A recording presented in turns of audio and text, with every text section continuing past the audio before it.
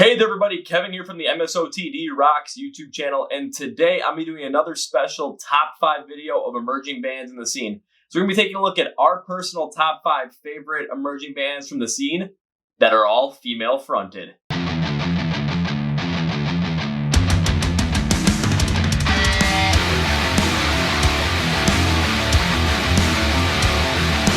Before we get started, please follow MSOTD Rocks on places like Facebook, Twitter, and Instagram. You will get the 30-second Song of the Day feature from the big boys in the industry and the big girls industry to all the emerging bands coming up, as well as a Song of the Day feature. It's a 30-second feature for you to get in with their music, discuss it with everybody else, and just increase your overall music knowledge. We also post anytime anything comes out on any of our channels with YouTube, podcasts, whatever it might be. And we also connect with you whenever you ask us questions. On Instagram, we also have our IGTV video series, which is a behind-the-scenes look at what's going on here. And every single Wednesday night at 9 p.m. Central, we do our favorite thing where we go live for an hour with you guys. We talk, we have a great time, and we just take it from there. So please follow us on all those places. Please also subscribe to this YouTube channel because not only do you get these top 5 videos about emerging bands in the scene today, you also get our Kevin Figures Out series where I try to figure out if I like certain bands or not, with Ginger coming up next week for that. You also get our album reviews, which we'll be doing stuff like with Boys to Fall coming up. We've got stuff with Hollywood Undead and all the other ones from 2020 as well. And on top of that, we also have the year-end awards, which are coming up at the end of 2020. It's going to be an interesting one, folks, so make sure you're subscribed and stay tuned to that. And also, this is where the Chord Progression podcast lives. This is the podcast that we have where we are interviewing all these different emerging bands in the scene today. So a lot of the bands you see in this list, you can get to know them from the Chord Progression podcast. We've also interviewed other great bands like Kingdom Collapse, Saul, Thrill the Fight, Kill the Lights, Boys of Fall. I mean, you name it, a lot of these emerging bands, we've got them. We're going to keep giving you more and more and more with interviews that are much more kind of unconventional in a way. We're not just going to ask them questions. We're going to really talk with them and get to the bottom of a lot of things. So you can watch those interviews exclusively here on YouTube, or you can listen to those interviews on Spotify, Apple Podcasts, Google Play, and iHeart Radio. Link description below for everything, but let's get on to it. So a little bit of background before we jump into this. To this day, for our special emerging bands in the scene today, we've done 3 of these videos. We've done one detailing my favorite emerging bands in the scene today, no matter what, and we've also done videos on top 5 favorite bands in Italian metalcore. We've actually done 2 on those, so you can really get into the Italian metalcore genre on that end. And I want to do something to really amplify and to really expose you guys to a lot of the female artists that are in the rock and metal genre that are upcoming that you guys could really get into. So how this is going to work is we're going to go through the number 5 all the way down to number 1. We're going to take a look at how we got to know them, what it is about their music that we like. We're going to also throw you some examples of that in there so you can check out those songs as well. And then I'll also talk about how these bands, I project them going forward into 2021, 2022, and beyond, and how I see them getting from where they are now to that next level. So let's get on to it.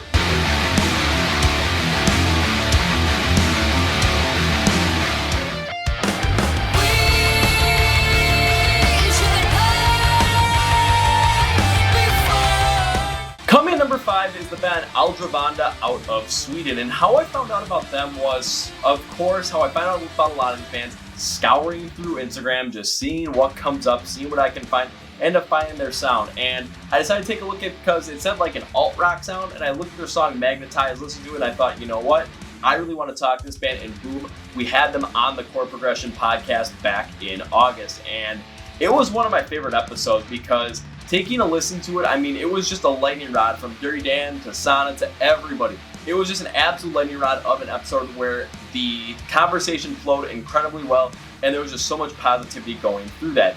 And as time went on, I'm like, you know, I'm going to keep in mind with this band, keep in touch with them, and I want to see what's going on. In November of 2020, they ended up contacting me through Instagram on a phone call because they had interviews scheduled for that day, but those interviews got canceled. They wanted to do something again, and they called me first to see if I was able to do an interview with them right on the spot. I was pissed.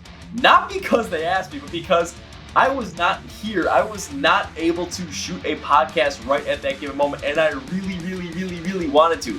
Plus, I was absolutely touched at the fact that not only did they think of me first, but they called me and they said that they still love the podcast, they still love to keep in touch with it, so that really struck a chord with me. But now I gotta talk about their music, come on now. When it comes to Aldrabanda, they say they have more of this alt-rock style approach, and I don't think that necessarily paints the full picture, especially take a listen to the 4 songs they have currently on Spotify. If you listen to those, you're going to get a completely different feel, and I'm going to go through each one a little bit and tell you what I like about them so you guys can really understand the sound that Aldrabanda has. First, we take a look at Magnetize, which is my favorite song that they have out so far. Taking a listen to it, it has more of this like hard rock mixed with pop punk kind of sound where you're going to get these like faster paced bursting kind of drum styles in the verses and a more consistent drum pace in the chorus with the guitars really tuned to match that kind of style. And what I really like about that is because it creates that powerful feel that you really get from Sana's vocals. And when you take a listen to her vocals on this track, they really do fit well, where in the verses where it's more of a quick style, she does more of that quick hit style to really funnel it through. When you take a look at that pre-chorus where it's a little bit more stretched out, she makes them more melodic and then really hits them with a consistent power in those choruses on there. She reminds me a lot more of like what Lizzie Hale would do if it was like Lizzie Hale on a pop punk track. So this really did stand out to me in a positive.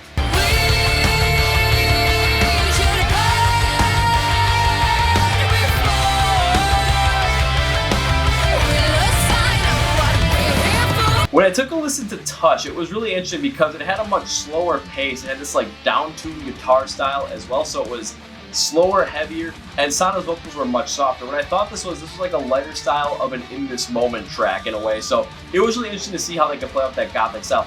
I did like what they do in the chorus with this one to really bring out Sana's vocals. However, for myself, there's a really heavy electronic presence in there, which for me, that's never going to be a thing that I really stand out for and like really care that much for in the end. That's just my personal opinion. There's times where it does work. This time I'm like, it kind of is, hit or miss at this point. However, it really shows the range that they can work with, more of like a harder sound, more of a different sound, alternative sound in a way, with Sana's vocals on this track.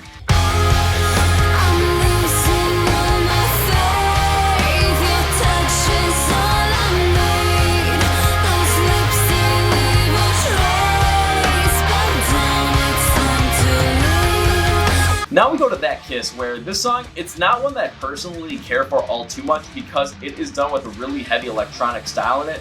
However, this really does show that the band can have this extensive fan base because this has more of this alt-rock, more current 30 Seconds to Mars feel to it as well, where when you listen to it and you listen to Sana's vocals with a softer style, it really shows that they can play with a lot of range within Sana's vocal style and just mix so many different things in there. It shows that they had an ability to really take from a lot of different influences and put it in their music.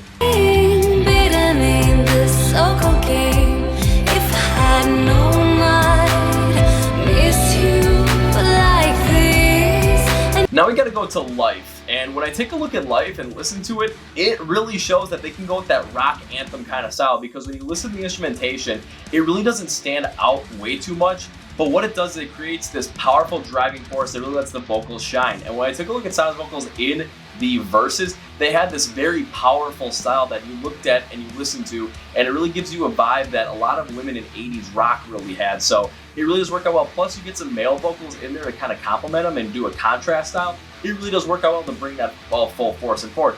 Then you go to the chorus, and just the power that Sana has in her vocals, it really gives more of this like 2000s pop punk style to it. And what I like about this track is it shows they can go with that hard rock anthem style, but they can also mix different vocal styles in there as well to really show off the range that this band could possibly have. To be, you need the key.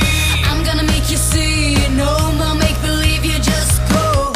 I got life, you're always on. Looking at Aldrabanda going forward, I've heard a lot about people trying to find their niche and really trying to find that niche market to really expand their sound. However, I don't want to see Aldrabanda doing that, basically because I've seen what they can do on the 4 singles they have out now, and each one is different from the last. There's different aspects to it, there's a different sound to it, and they all work out well, especially when you take a look at what the core has to be. And I think the core has to be is really driven off of what Sana's vocal style can really do. Because you can go with a softer style, more alt rock style, you can go with a harder rock style, you can really go some more, I think you can go pop punk at the same time as well. You can really bring in all that, but when you play off her vocals, I think that's the true power. So what do I think they need to do in 2021 to really take it to the next level? Just release more music and to get their name out into the public more. Try and find a way to market it better and just keep going and fueling the fire that way. So this band has a lot of potential. I just want to see them get to that next level going forward.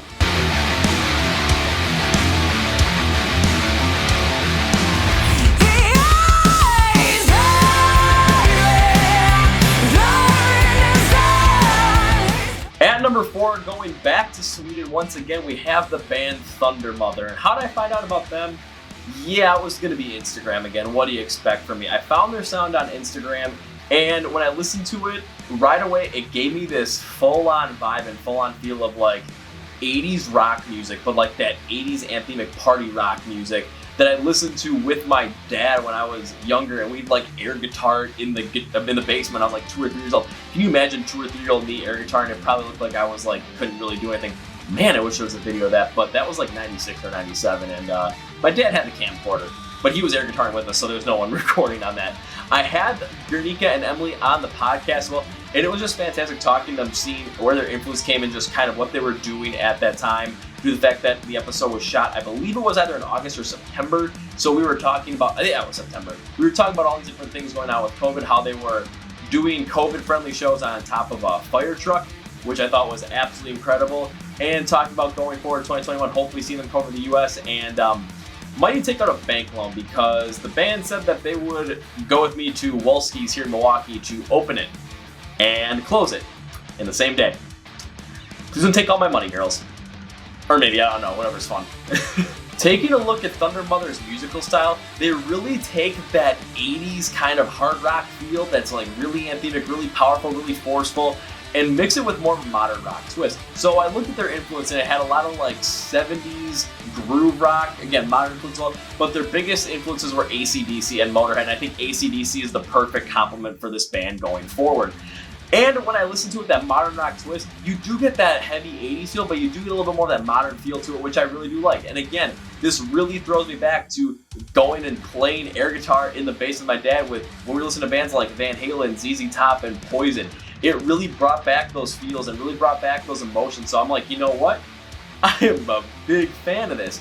But certain songs you gotta listen to, here we go. I think the biggest song you have to look at to really understand this band is the song Driving in Style, because when you listen to it, you get this absolutely incredible 80s hard rock power anthem feel, like you're driving down the highway. I mean, it feels like a mixture of like AC/DC and Motley Crue at the exact same time going through the verses. When you get to the chorus, it's kind of minimalized to a point where you're really going to get more of the drumming in there, but it really does work out well to just show the power of Guernica's vocals on this track. Then when you get to the chorus, my God, is it just that classic 80s metal style chorus, or 80s rock style chorus, I say, that's just in your face and it's just fun to listen to. It's powerful, it's fast paced, it has an anthemic quality to it, and I really do like it. Plus the guitar solo you go on this, they work with this like classic 80s shred style of the guitar. And again, this fits out perfectly due to the fact that you're getting that 80s sound in there to really match up with it. Now going to how the vocals turn on this, my God, Guernica's vocals are perfect. What they remind me of on this track is, take Lizzie Hale, for example. If she made more of that like anthemic, classic sex, drugs, and rock and roll style, 80s rock style song. And I mean, this fits in perfectly because you get the drive, you get the melodicized melodies that Guernica's vocals can work with, but you also have that raw power that a lot of those bands and a lot of those singers at the time had. It really does fit in well for this, and I mean, this is just a fun band to listen to. I cannot say otherwise. Big tattoos and snakeskin boots. He's a 10 out of 10, not his muse. Not only that, but when you look at their album Heatwave, which came out on July 31st, 2020, you're going to get a lot of that 80s rock vibe in there, and you get a little bit of modern twist on there, but what I really like about the whole entire album is it's high energy, you're always going to have a fun time listening to it, and they really mesh that modern style with more of that 80s style as well perfectly on this album. It's a great album, so I think you should go listen to it. Looking at this band going forward, they're really doing well in Europe right now. However, once concerts return, hopefully again 2021, we'll see. But I want to see them come over to the US, and they can do a couple of different things.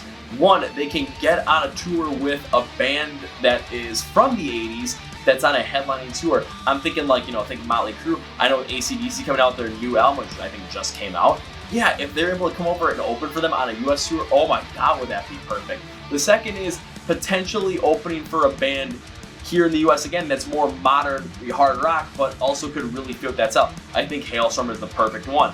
They did Shiprock in early 2020, but I think the perfect place for them to go and play in the US is at the Sturgis Biker Alley, because bikers, man, that bike culture, I know it, I've seen it firsthand. They love this style of music. Plus, You gotta be kidding me. Their style of music, that drive, that energy, it fits in perfectly with that crowd. So I want to see him do that, and would I be there? As long as I can make it, I will be there.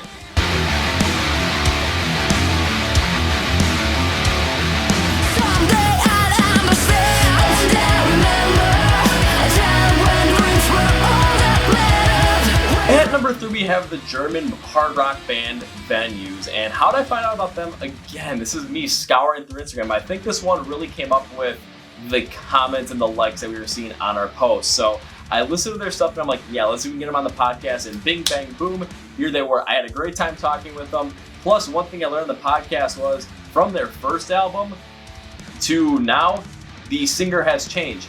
However, with their new lead singer, Layla, who's been there since 2019, when you know that she was called up on stage with Mike Starr of Steel Panther and got the seal of approval from him, you know you're in good hands. Like Allstate.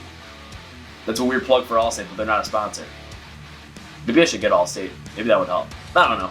So what do I like about Venue sound? Well, they say they're a post-hardcore band, but there's so much more than meets the eye and the ear at this point when you listen to their album. Starting with the vocals, with the female vocals on their album Aspire, you get a sense that the female vocals are the power driving force behind there, but just the different venues and different variations that they can go along with really let this band just shine in a great light. Whether it's something more like they go with a more hard rock style where the vocals really implore this, vigor and just rawness that you think someone like Lizzie Hale would have. When it needs to be more angelic and more just expressive at a certain point, they kind of channel in this like Sharon Den Adele of Within Temptation feel. Sometimes they need to be more upbeat and more pop punky like a Hayley Williams style, or sometimes they need to go with something more special, just more out there. Think Lacey Sturm. Like, they can employ all these different styles of vocals and they have the range to do it with their instrumentation. Plus, taking a look at, they have Robin on staff as well, and he does their unclean vocals. And when you get that female vocal mixed in with that unclean male vocal, you're gonna get this massive contrast on there that just pulls the best out of all of them, as long as the instrumentation helps it out as well. And with the instrumentation, sometimes they use different styles as well. I've seen them use rock, I've seen them use hard rock, I've seen them use some more metalcore parts, especially when they bring in the unclean vocals as well. Pop punk as well. It really does put it out there, and I really do like their sound. But let's take a look at some of the songs so you guys can get another feel for it. I think the best song on that album with Aspire is the song Nothing Less. And the reason why I like that song so much is because when you listen to it, it has this hard rock, pop punk feel to it, but it also kind of feels like 99 Loose Balloons at its time as well. So they really bring in a lot of different styles as well. When you listen to the female vocals on this track, you're gonna get a lot of Hayley Williams vibes as well. You're gonna get a lot of this like female pop punk style. And I really do like how that plays out because you're gonna get a much lighter sound, but a more upbeat sound as well. But where this really does stand out is when Robin comes in with unclean vocals, because right when he comes in at times, right at the end of the first verse and the second verse, it's just there's a harder sound to it. The instrumentation goes harder as well. And it just pulls on this whole entire just harder contrast feel between what the rest of the song is going for.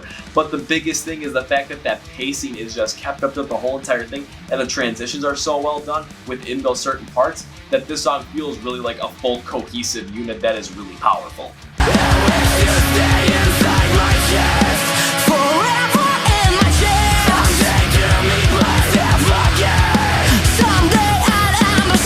So what's the future trajectory for Venues looking like for me? And I'm going to be completely and bluntly honest with this one. And now that Leela's in the band and that the only release they have was 2018's Aspire, I want to see Venues come out with some more music, because I want to see what Leela can really do with this on a brand new Venues track and brand new Venues album, and just put it out there for more people to listen, more people to really get into, and just really push hard on that, because this band, once again, they have a great sound. I want to see some new material so that we can expand that even more and see what Leela can really do with those vocals. I mean, I'm really excited for this, but I gotta see something. So hopefully 2021 is the year.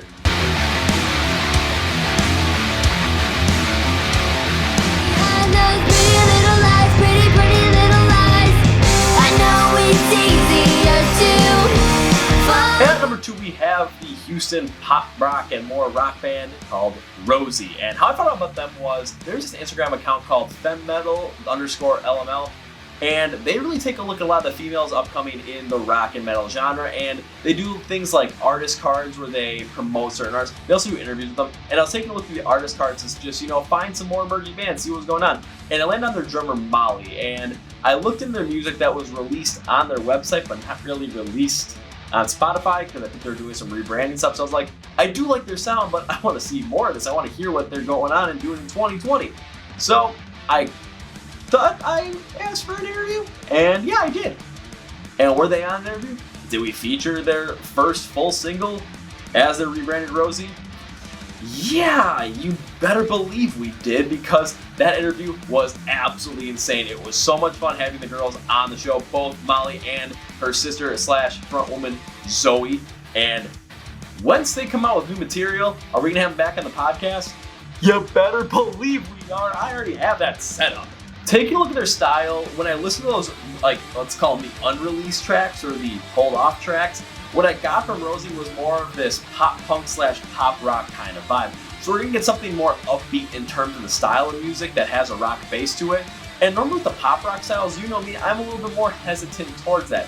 However, with the pop punk stylings of this band, I was a little bit more into it as well. So I wanted to see what they had going on more.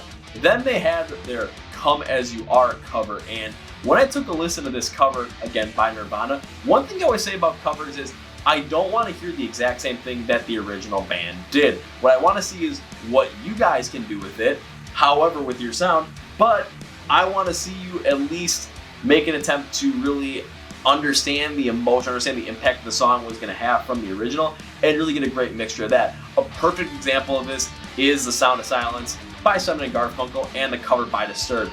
Both songs are both incredibly powerful with their message. It just comes across in two completely different ways, but the message is the exact same. And it comes across those different ways due to the fact that, well, you got two different kind of bands.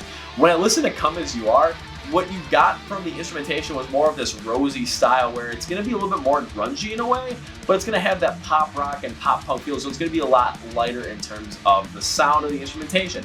But when you listen to Zoe's vocals on this, just the way that she uses her vocal sound on this, where it's a little bit more drawn back, you do get that feel of Come As You Are that Kurt Cobain really was trying to implore here. So this is where this cover really does work. And after I heard this cover, I'm like, man, I want to hear what they do by themselves.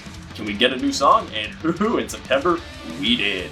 When they released Pretty Little Lies in September of 2020, I got from the song something from the chorus, something from the verses. And the chorus was rather classic with what I was expecting from Rosie, where you're going to have this more pop punk meets pop rock style track, so it's going to be more upbeat, it's going to be more flowing, it's going to be more fun to listen to.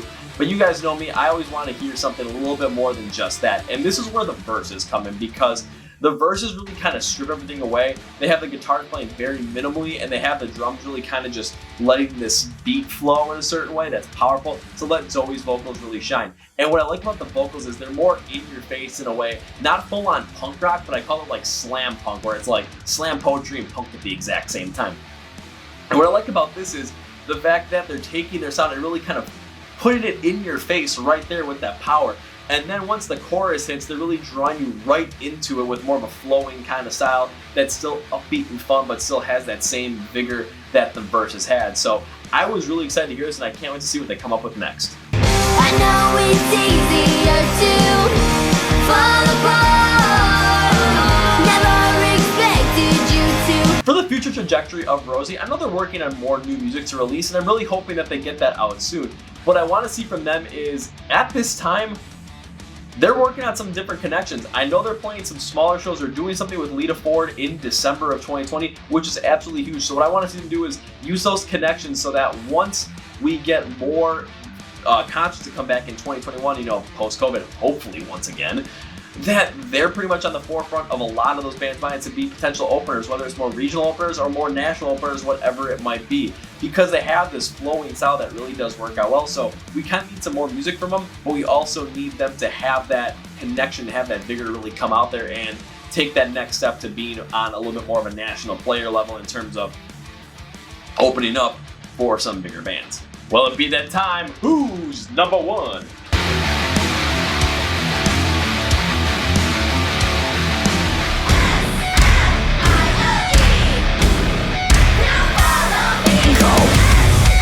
And I believe this is no surprise to you guys. Number one is the girl with GFM, aka Gold, Frankincense, and Myrrh. I found out about them when we were doing our small band Saturday thing, where we're always featuring a bunch more smaller emerging bands on Saturday. I put out an ad for it. Small band Saturday has kind of turned into bands that have been on the podcast, so kind of emerging band Saturday, if you would.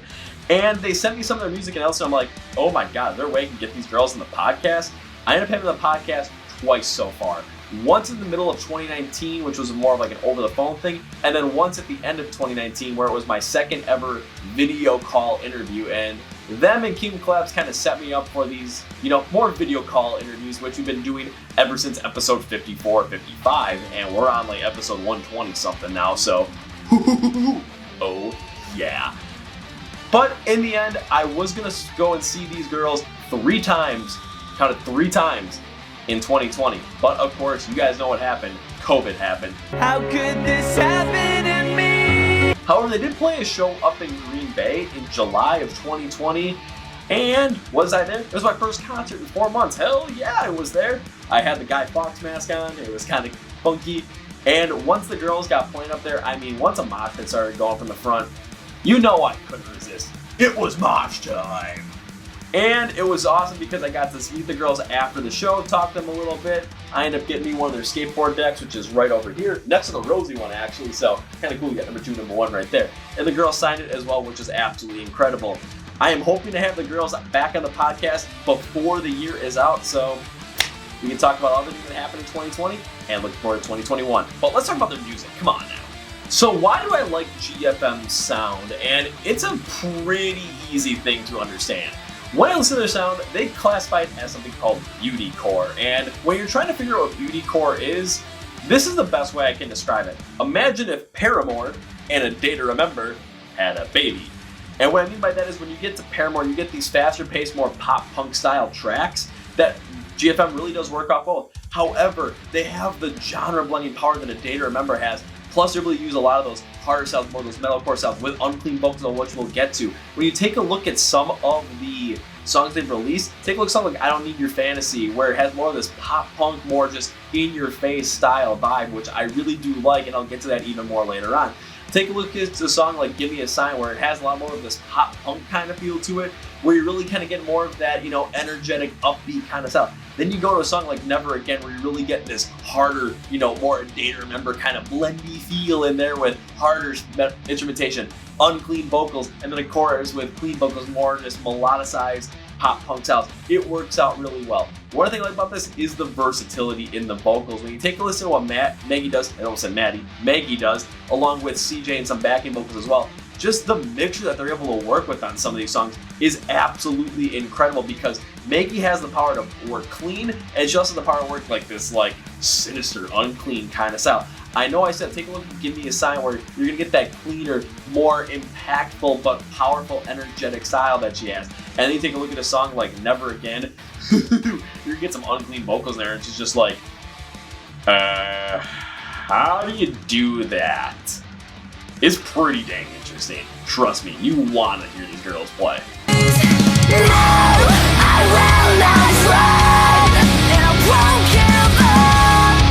One of the reasons why I like the girls' sound is something I like to call the Skillet complex. Now with Skillet is a Christian rock band for sure, but ever since they came out with Comatose and have gone on from it, what I've seen from them is they still make songs with a lot of Christian rock bass to them, a lot of Christian meaning to them, but the lyrics are a little bit more abstract to the point where people I think are able to relate to them a lot more in a lot of different ways, but still come back to that core meaning. And with GFM, I see the exact same thing because a lot of their songs, yes, they do have that Christian message. They're called Gold, Frankincense, and Myrrh for a reason.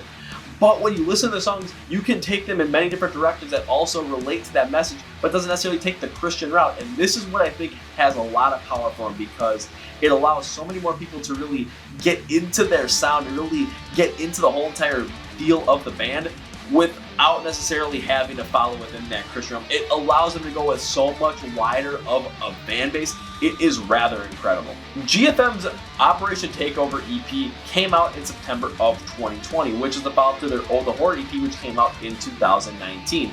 I listened to the Oh the Horror EP and I listened to the Operation Takeover EP and reviewed Operation Takeover, and I wasn't as big on it as I was on Oh the Horror. I gave it a 5.5 out of 10 when I reviewed it, and the major reason why I wasn't the biggest fan of it as compared to the masterpiece that Oh the Horror was, and I'll be completely honest with you, it was because on some of the songs, they did the genre blending thing again, which I absolutely love the fact that they do. However, it's just the transition between different styles within those songs, they just were not as well done as they thought they were on Oh the Horror. Therefore, these songs sometimes kind of sound like, to me at least, that they were more two different parts that really didn't work together as well as they could have instead of one whole cohesive unit that a lot of songs like Oh the Horror had really did. However, this does not mean that the EP wasn't good. I did like certain songs in the EP. I especially like I Don't Need Your Fantasy because what I like what they did was the girls used this heavier, harder sound, more of a punk rock sound, and Maggie's vocals, especially in the verses, are right in your face just directly. Then you go to the chorus and it's a little bit more drawn back in terms of overall sound because you get a lot more instrumentation in there, but it's still in your face unequivocally, and I love the fact they kind of made a punk rock track out of it. It really does work out well. Another song they really did well on this one that I've really come around to is Smile, because what they ended up doing was they ended up taking more of that Bring Me the Horizon, happy song, that's the spirit kind of vibe, and they put it into their own style, and when you listen to it, it does have that anthemic quality to it. And when I first looked at it, I thought, you know what? The transitions weren't as good as I thought they were, but then when I listened to it, I'm like, you know what? These transitions are better than I initially thought they were. So if I had to re-review it, I'd probably give it like a 6.5 out of 10, honestly. So the review is going up. It doesn't mean that I'm not happy. It doesn't mean that I'm half dead. So what do I see go on for GFM in the future? And when I take a look at the future for them, they have the music, they have the sound, they have the genre blending sound, I've seen them have the stage presence to hang with a lot of these bands. So what I want to see them do in 2021, again, hopefully Conscious come back, is I want to see them get on a bill with a national tour. And the reason for that is they have the social media presence, they have a lot of these different things, they have the fan base that will go to these shows, they'll go to multiple shows if they can. And not only that, but they can hang with a lot of these bands and they can bring the energy as well. So I've got 3 bands I'm thinking once 2021 hits, if these bands are able to go out and tour, that they can really get behind. And the first band I think of is like a band like A Day to Remember. Maybe not A Day to Remember right now with everything they're going through, but a band like that because that genre blending style and that absolute power that they have in terms of their live shows and just the energy that it brings, it fits perfectly for a band like that. Now, when you get to the Christian aspect of it, there are 2 bands I can really see them working with on this. One, of course, is Skillet, due to the fact that you have that Christian bass in there, plus the Skillet fans have the energy and have the vibe that they absolutely love with Skillet that would really match with GFM as well. I've seen it happen live, and I really believe this can happen. When you go to a band that still has some Christian influence there, but not nearly as much, I think a band like Memphis May Fire is the perfect candidate for this as well. So this is what I want to see for the girls in GFM in 2021, and just take this band and just go with it. Not blow it up in terms of like get rid of it. I mean blow up and like just blow up onto the scene. Yeah, that's the way to put it. Well, alright everybody, thank you for watching this video where we detail our top 5 favorite female fronted emerging bands in the rock and metal scene today. Wherever you need to find these bands, just take a look at the description below and you will find everything you need to know about them, where to follow them, where to listen to their music, where you can stream, where you can watch their videos, where you can buy their merch. Buy some merch. I like that idea. And just keep supporting these bands well, because who knows, give it 5 more years, these bands can be absolutely massive, hopefully. And that's going to be for me today, guys. Thank you guys for watching and listening. This is Kevin from MSOTD Rocks YouTube channel, and you guys know how I end all these videos. Let's get the hat flipping there. Not good. See ya!